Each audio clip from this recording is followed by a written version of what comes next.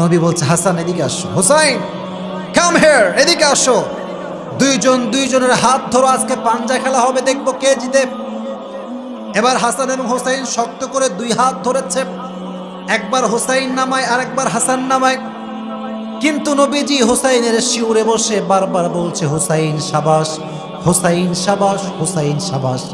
এদিকে ফাতেমা রাদিয়াল্লাহু তাআলা আনহা পাশেই বসে আছেন, প্রচন্ড খেপে গিয়েছে আব্বার উপরে। আব্বা যান, দুইটাই আমার কলিজার টুকরার সন্তান, হাসানও আমার সন্তান, হোসাইনও আমার সন্তান। সাবাস দিলে দুইজনকে দিবেন, আপনি শুধুমাত্র হোসাইনকে কেন সাবাস দিচ্ছেন?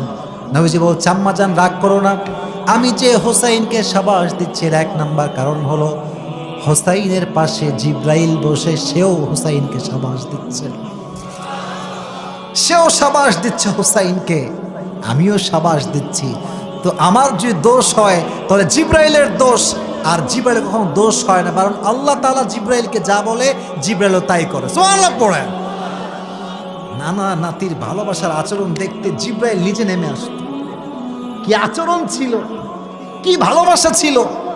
আর আজকে আমাদের মাঝে আমরা দেখতে পাই নানা নাতিকে ভালোবাসে না, নাতিও নানাকে সালাম পর্যন্ত করে না। আমার কথা শুনেন, আমি ভাই অত ভালো মানুষ না।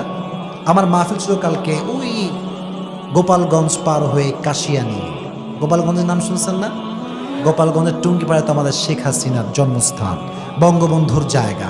ওখান থেকে একটু দূরে, 1 থেকে 2 ঘন্টার দূরে। তো ওখান থেকে আসার সময় নানার সঙ্গে দেখা করে আসছি, নানির সঙ্গে দেখা করে আসছি, সালাম দিয়ে আসছি, হাদিয়া দিয়ে আসছি। মিয়া, আজ নানা ভালোবাসে তো মূল্য বোঝেন না, মরে গেলে মূল্য বুঝবেন।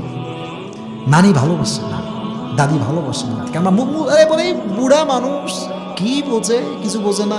তুমি খুব বোঝো তাই না? তুমি বুঝো না, তুমি ছায়া খেয়ে বেকা হয়ে গেছো আজকে। কথা বলো না কেন আপনারা ভাই? তুমি এত বোঝাই বোঝো যে তুমি ছ্যাঁকা খেয়ে তোমার 14 গোষ্ঠী হাহাকার করতেছে একেবারে। মাথায় রাখবেন, মুরব্বী যারা আছে এরাই হচ্ছে আমাদের আদর্শের জায়গা, ঠিক কিনা বলেন যুবকেরা? তো নবীজি ভালোবাসতেন, খারাপ ব্যবহার কখনো করতেন। এটা ছিল নবীজির নাতিদের সঙ্গে ভালোবাসার আচরণ।